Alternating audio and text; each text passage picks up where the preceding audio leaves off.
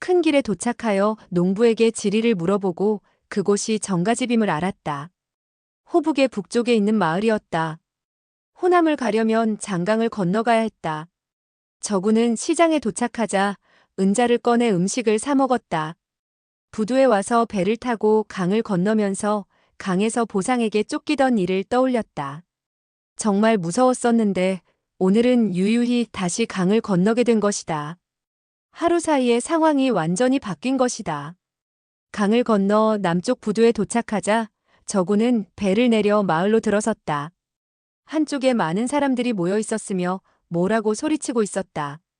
사람들이 싸우고 있는 것 같았다. 저구는 호기심에 가까이 다가가서 구경을 했다. 7, 8명의 사내들이 한 노인을 둘러싸고 구타하고 있었다. 노인은 청색 옷을 단정하게 입은 것으로 보아 착실한 사람 같았다. 7, 8명의 남자들은 맨발의 기장이 짧은 옷을 입고 있었다. 옆에 물고기 그물이 있는 것으로 보아 모두 어부인 모양이었다.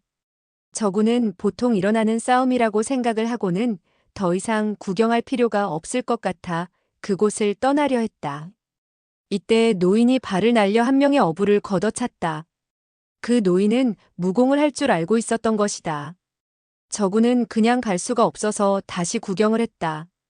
노인은 혼자였고 적은 많았는데 또 3명의 어부를 발로 차서 쓰러뜨렸다. 다른 어부들도 많았는데 감히 덤벼들지를 못했다. 갑자기 한 어부가 소리쳤다. 두목님이 오신다. 두목님이 오신다. 강 쪽에서 2명의 어부가 뛰어오고 있었으며 뒤에 3사람의 어부가 따라오고 있었다. 3사람의 보법이 무게가 있는 것으로 보아 한눈에 무공을 할 줄 아는 사람임을 알아볼 수 있었다. 3사람은 가까이 도착했다. 그중 한 사람은 40여 세 정도의 얼굴에 염소 수염을 기르고 있었다. 그는 땅에 쓰러져 있는 어부를 한번 보고 말했다. 너는 누구이며 누구의 지시를 받고 우리 화용연에 와서 사람을 괴롭히는 거냐? 그는 분명 노인에게 말하고 있는 것 같았는데 한 번도 노인을 바라보지 않았다. 저구는 강을 건넌 뒤 어느새 호남의 화용연에 도착했음을 알았다. 그 노인이 말했다. 난 단지 돈을 가지고 고기를 사려는 것뿐인데 사람을 괴롭히다니 무슨 말이냐? 두목은 옆에 서 있는 어부에게 말했다. 왜 싸웠어? 그 어부가 말했다. 저 노인이 꼭 이 금색 잉어를 사겠다고 했습니다. 우리는 금색 잉어는 얻기가 힘들어 팔지 않고 두목의 약으로 쓸 것이라고 말했어요. 그런데 저 금색 잉어를 꼭 사야겠다고 우기며 우리가 팔지 않겠다고 하자 잉어를 빼앗으려 했습니다. 두목은 몸을 돌려 처음으로 노인을 바라보고는 말했다. 그대의 친구가 남사장에 부상당했소? 노인은 그 말을 듣더니 얼굴색이 변하면서 말했다. 난 홍사장, 남사장 같은 건 몰라. 우리 집 주인께서 술을 마시는데 잉어를 안주로 삼으시려고 하신다며 돈을 주며 사오라고 하셨어. 천하에는 고기를 팔지 말라는 법도 없고 어떤 고기를 사지 말라는 규칙도 없지 않나. 두목이 웃으면서 말했다. 누구 앞에서 거짓말을 하려고. 그러지 말고 성함을 말해보구려. 만약 좋은 친구라면 이 금색 잉어를 그냥 줄 수도 있고 전문적으로 남사장을 치료하는 옥기환을 주겠소. 노인의 얼굴색이 더욱 굳어졌다. 얼마가 지나자 노인은 말했다. 당신은 누군데 남사장을 알지? 어떻게 옥기환을 가지고 있지? 혹시. 두목이 말했다. 난 남사장을 쓴 주인과 친분이 있는 사람 이외다. 노인은 아무 말도 하지 않고 몸을 날려 손으로 광주리에 있는 잉어를 잡으려 했다. 동작이 정말 빨랐다. 어부 두목은 냉소하며 말했다. 그렇게 쉬울 줄 알아. 그러면서 노인의 등에 일격을 가했다. 노인은 등에 일장을 맞으면서 재빨리 광주리를 들고는 반대 방향으로 재빨리 도망을 갔다. 어부 두목은 그가 이렇게 빠르리라고는 생각을 못했기 때문에 쫓아갈 수가 없었다. 그래서 그는 급히 표창을 하나 꺼내서 노인을 향하여 던졌다. 표창은 파공성을 내며 정확하게 노인의 등을 향해서 날아갔다. 노인은 잉어를 빼앗은 뒤 기쁜 마음으로 모든 힘을 다해 도망치느라 등 뒤에서 표창이 날아오는 것을 눈치채지 못하고 있었다. 저구는 노인이 표창이 날아가는 것을 모르고 그냥 도망만 치자 더 이상 참지 못하고 재빨리 땅에 있던 광주리를 하나 들어 표창을 향하여 던졌다. 그의 내공은 소멸되었기에 던진 광주리에는 힘이 없었으나 때마침 좋은 위치에서 표창과 마주쳤기에 굉음과 함께 표창은 정확하게 광주리에 맞았고 광주리는 땅에 떨어졌다. 노인은 뒤에서 이상한 소리가 나자 고개를 돌려 바라보았다.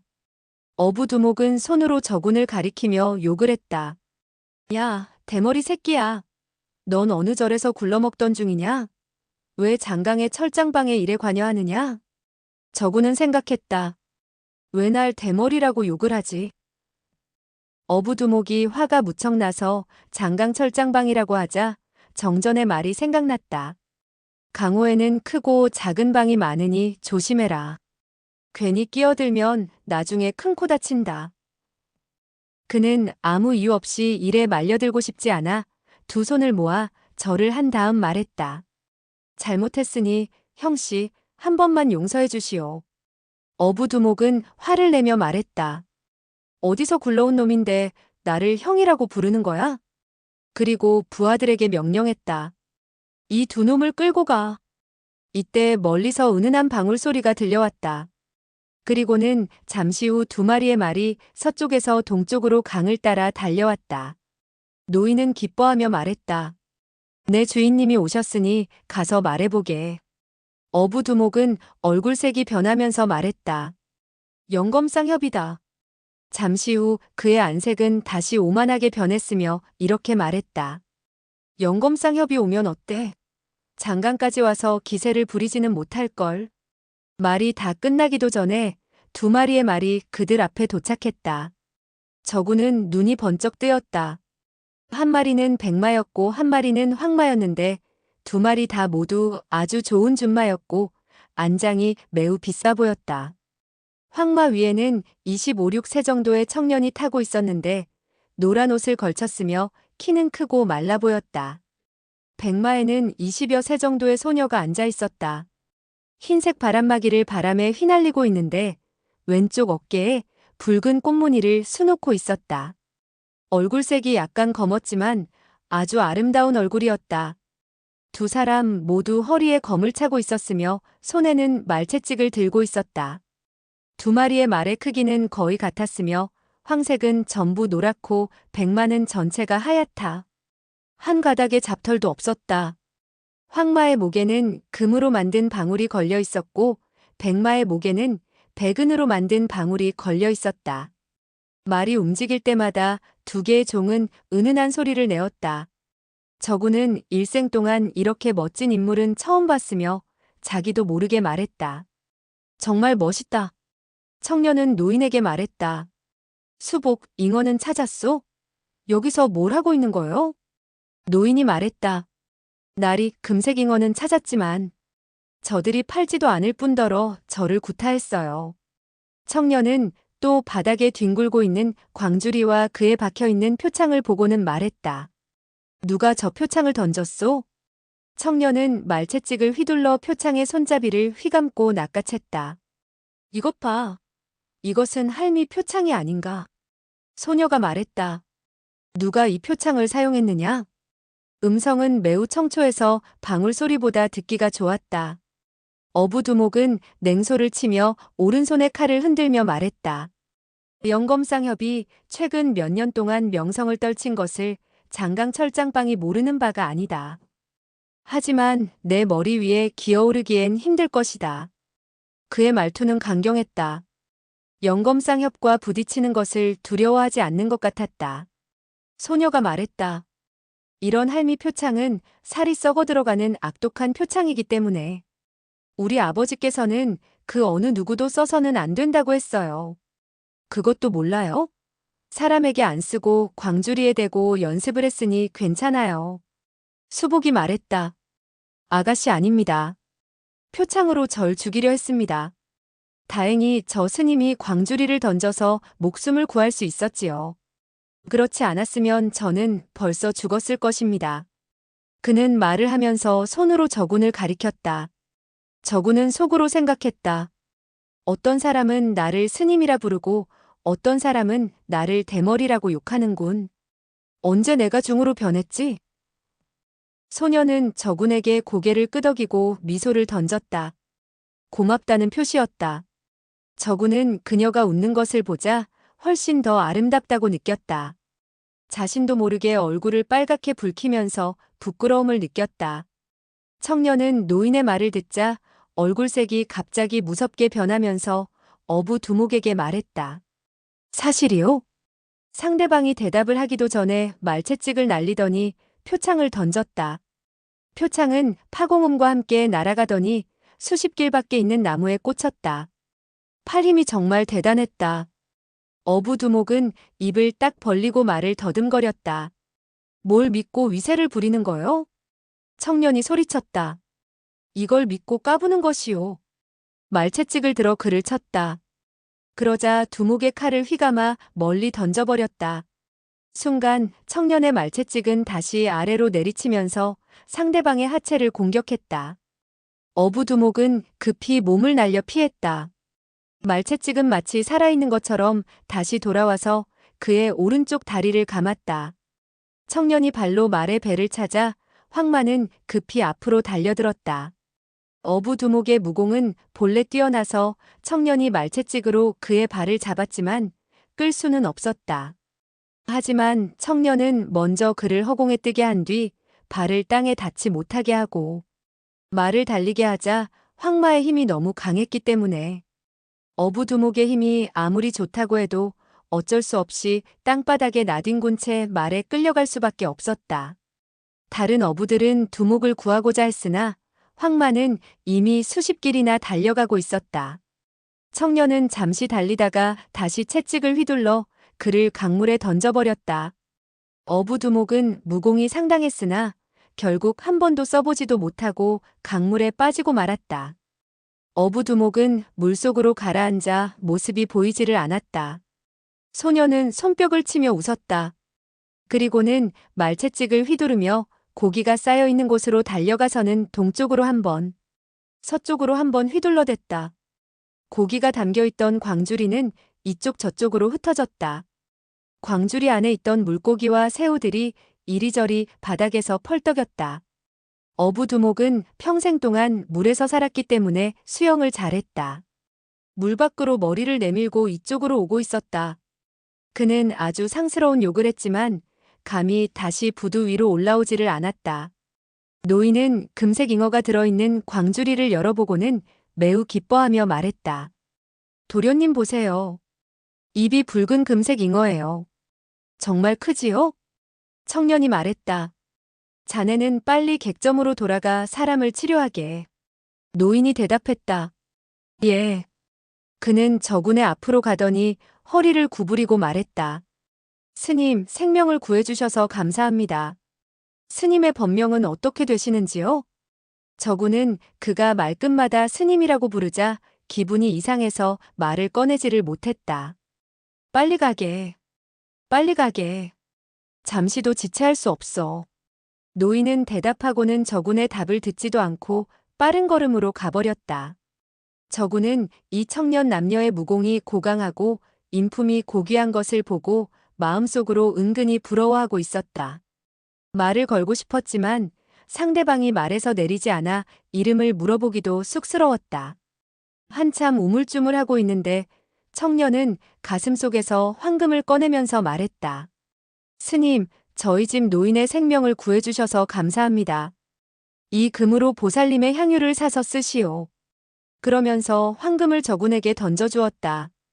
저군은 왼손으로 받자마자 다시 그에게 던져주면서 말했다. 필요 없습니다.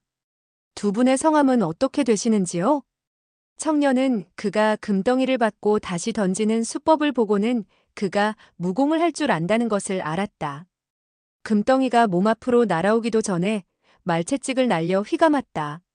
스님께서는 무림의 무사이신 것 같은데 영검상협이란 이름을 들어보셨는지 모르겠군요. 저군은 그가 금덩이를 말채찍으로 잡고 이쪽 저쪽으로 흔들자 정신이 없었다. 그는 이상한 느낌을 받으며 말했다.